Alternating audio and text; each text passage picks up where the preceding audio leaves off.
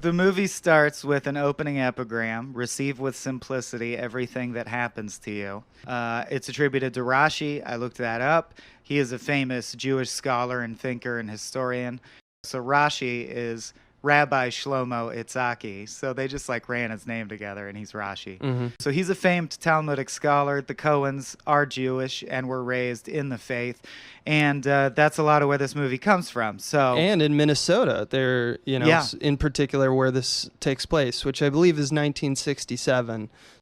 over the course of the film, while he's having this family drama, he goes and sees a series of 3 rabbis, and it's treated like a fable. Like, what wisdom will the first rabbi impart? They actually put chapters, title cards, yeah. Rabbi, the first rabbi, the second rabbi, and then Marshak. First rabbi's young, second's middle-aged, last one's old. It's like a joke or a fable.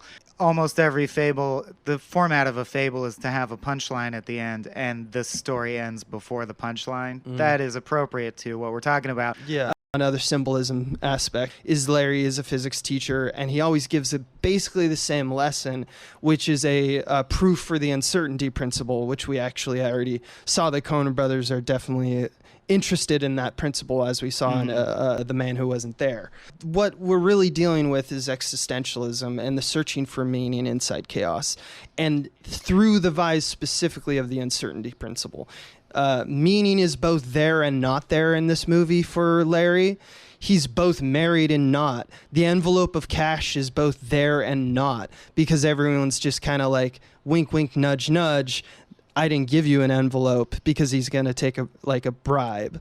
I mean, a part of uncertainty principle is the wave particle duality, which is that quantum probability fields collapse once observed. So the idea is, it's just money on an envelope right now. Right. Yeah. If you do anything, now it's a bribe, and it always has been retroactively. But right now, no one can say what it is yet. Other examples are anonymous comments have been made by people that Larry shouldn't get tenure, but they don't pay attention to them because they're anonymous. But they kind of do bring up questions, so they have importance and they don't. He lives at the Jolly Roger and at Fernhill Road, which is his home. It's like someone who's not getting the joke and like the whimsy of it. That's our Larry, and that is kind of opened up by the uncertainty principle in the first scene with Clive. He basically comes out of the gates going like, I got an F. I don't think that that's fair. I understand the cat. The note that brings him into the office says, Clive would like to meet with you regarding unjust grades. I like unjust. Unjust. It's like, it is not just. I understand the dead cat. It is unjust. And that's what you have Mr. Brandt, who essentially he's trying to mark his territory as I'm going to make a boat shed, but Larry's like, well, I think that actually that's intruding in my land. It goes over the property line. It goes over the property line. So because he's imparting meaning. He's like, no, mowed grass is the property line. Yeah. I'm choosing to mow my lawn and think it means that the property line is where the lawn ends. Right. We interpret reality differently. So when he talks to Judith immediately after, he says, Mr. Brandt keeps mowing a part of our lawn. She goes, does that matter? He goes, what? I love that. And she goes, is it important? He goes, it's just odd. And that's kind of encapsulates the two kind of things we're talking about. Every major arc is his life becomes he's surrounded by Schrodinger's cats, which is the cat in the box that it's impossible to determine if it's alive or dead. Because the true story is that Schrodinger created that experiment to prove that Einstein's an idiot. He's like I could prove that there's a cat that's neither alive nor dead. Isn't that absurd? And now 50 years later, quantum physicists are like, no, that is true, and that's one of the foundational insights that led to quantum theory existing, is that is possible. So his life, like you said, everything in his life has become a Schrodinger's cat. His wife at various points acts like they are together. He's responsible to the family. The kids will be in your life. The kids won't be in your life. We're divorced. We might get back together. I don't know. Sai's dead now. It's amazing how everything is always subverted to the central thesis. It's the same thing that when we actually have the Marshak, it's like wisdom into the ears of babes. It's the kid who has no existential problems whatsoever because he's too young. His son, Danny, is allowed to see Marshak, even though like Larry wants to see him the entire film, and he keeps trying, knocking. It's like waiting for Godot. And he never does get to see him. And all Marshak does is he's like, oh yeah, I listened to your tape, and he quotes back to him, Jefferson Airplane, and then lists the members of Jefferson Airplane. So you're like, what's the wisdom of it? It's Jefferson Airplane. It's good. It's good. It's very basic, but it's true. When all hope dies and the truth is lies, again, when all the hope within you dies, like when that disturbs you, what do you want? Just somebody to love, just a positive manifestation of your existence. Yeah. So he gives the radio back to Dan. He says, be a good boy. Which is the same thing. It's just like helping others couldn't hurt. True wisdom can come from a 5,000-year tradition of specially crafted parables that were carefully passed down.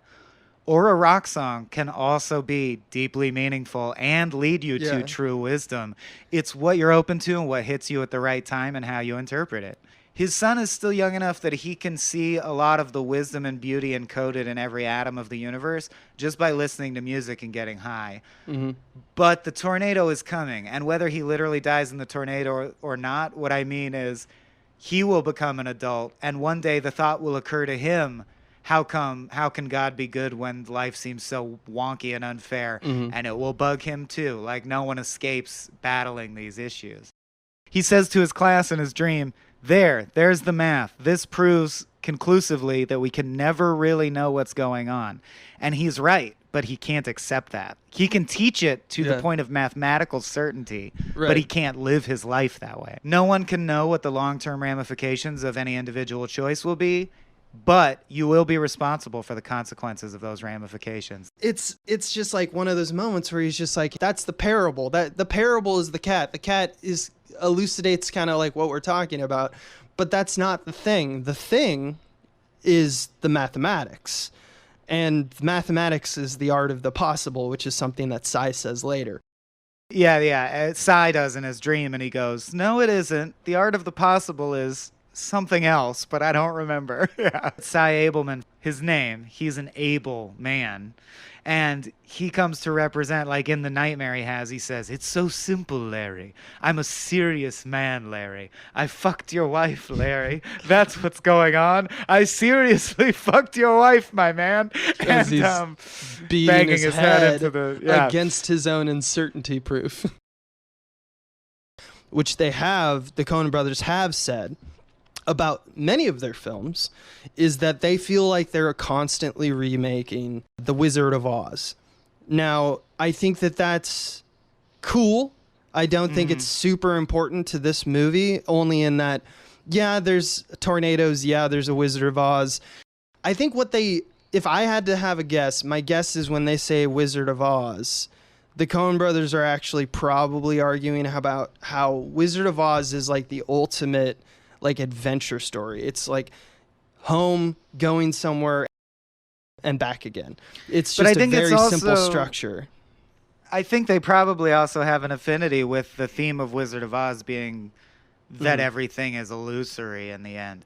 I think a lot of their movies, especially in the latter half of their filmography, and this one, of course, are at least in part about, you fools, it's all an illusion. This is not real. You know what I mean? Look behind the curtain. There isn't a why, and if there is a why, it's not within the bounds of human comprehension in this life. So just like the second rabbi, Nachner, says, maybe these feelings that you're unfulfilled, that you're cursed because of some failing or evil you've done, maybe they're just like a toothache. They'll bug you for a while, and then you'll get wrapped up in your life again, and they'll go away. And he goes, I would rather die than that be the end of this investigation. Like, that is an unsatisfactory. It feels like you're, a fraud, a charlatan, a Wizard of Oz type character. But then in retrospect, seeing the movie again, I'm like, actually, that is the only truthful advice the rabbi could really give. We don't know. Helping others couldn't hurt.